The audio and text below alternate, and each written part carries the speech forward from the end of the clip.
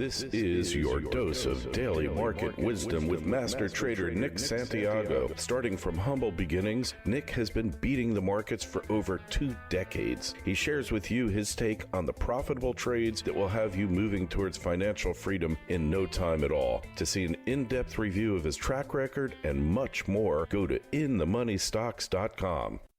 Welcome. This is your daily dose of daily market wisdom with master trader Nick Santiago. I'm Kerry, Lutz.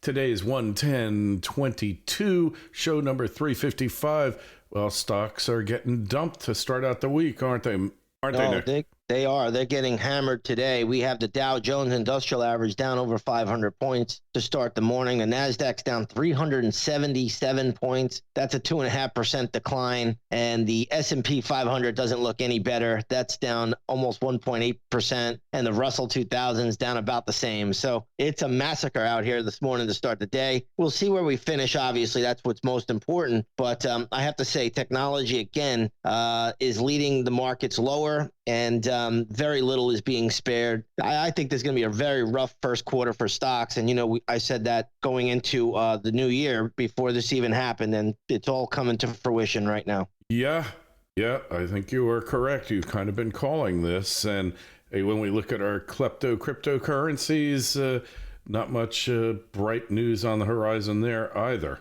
Yeah, crypto went down today, testing the 40,000 level. But again, this is minor support. So remember, we've talked about this before. I know there are a lot of people out there that are into crypto and they think the 40,000 is the buy level, but it's really not.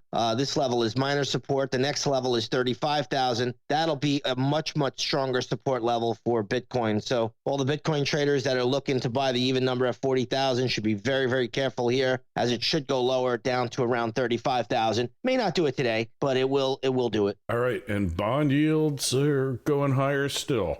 Yep, bond yields are on the move. We got the 10-year U.S. Treasury note yield up about 3 basis points right now. Yields are right around 1.8%. And again, as yields go over, yields go up, stocks have to be repriced. And that's exactly what we're seeing, especially in technology. But we're also seeing it in other areas as well. So it's starting to spread everywhere. But yields are on the move, and they got higher to go. So there's going to be some backing and filling here as yields are getting a little bit long in the tooth or overbought. But they're not done going up. Yields got a lot more upside. All right.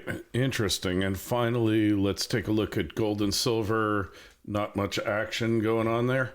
Yeah, gold today is just down $3. Right now, you have gold futures trading at $17.94. So it is nothing, terrible out here for gold today. Gold is actually hanging in there better than most other things. Even if you're looking at the GLD, which is the, so-called gold ETF, that's only down 11 cents today. So gold is kind of on the flattish side. Not much pressure on gold as we speak. But overall, the chart pattern here is not indicating a lot of upside either, unfortunately, for gold. So it's treading water, and we'll leave it at that for today, I guess. So if there's a rout in the market and money really starts coming out, is it going to go into gold and silver, or the so-called fear trade? I don't think it goes in there. I think gold is at best right now a potential pop, but I don't see the pattern right now indicating that gold is going to see the fear trade. Now that could change. I could be dead wrong. Anything can happen, but I'm not seeing that on the charts at the moment. All right. Well, fair enough, and we will see what happens. I guess precious metals win if everything else goes down and they stay pretty close to where they are now. Sure, or they could deflate and go lower, and you'll get a much better buying opportunity. So I'm almost rooting for precious metals to go down, because I think when we look at what's going on in this world, if we could get them at a much lower price, because everything gets misrepresented at some point in time. Everything's like a pendulum; it overshoots too far low to the downside, too far to the upside. So the pattern right now on a bigger scale, not immediately, suggests gold has lower to go, and hopefully that happens, because I'll be snatching it up down there at those lower price levels. All right. Well, it sounds reasonable, and certainly not a bad time to buy even now, but there might be a better buying opportunity coming up. Certainly for silver, premiums are still pretty low. Prices less than $23 an ounce. Yeah, I mean, right now, if you look at silver futures, we're at 2071, and it's got the same exact pattern as gold at the moment. So, for me, I just sit back now, wait, see if I can get it a little bit cheaper, get it on sale. But again, if you're a long-term holder like I am, I mean, I never have a problem with anybody dipping their toe in the water and picking some up here, because ultimately, I believe it's the one true currency of the world. Yes, that's for sure. The king of all currencies. Well, that's it for today.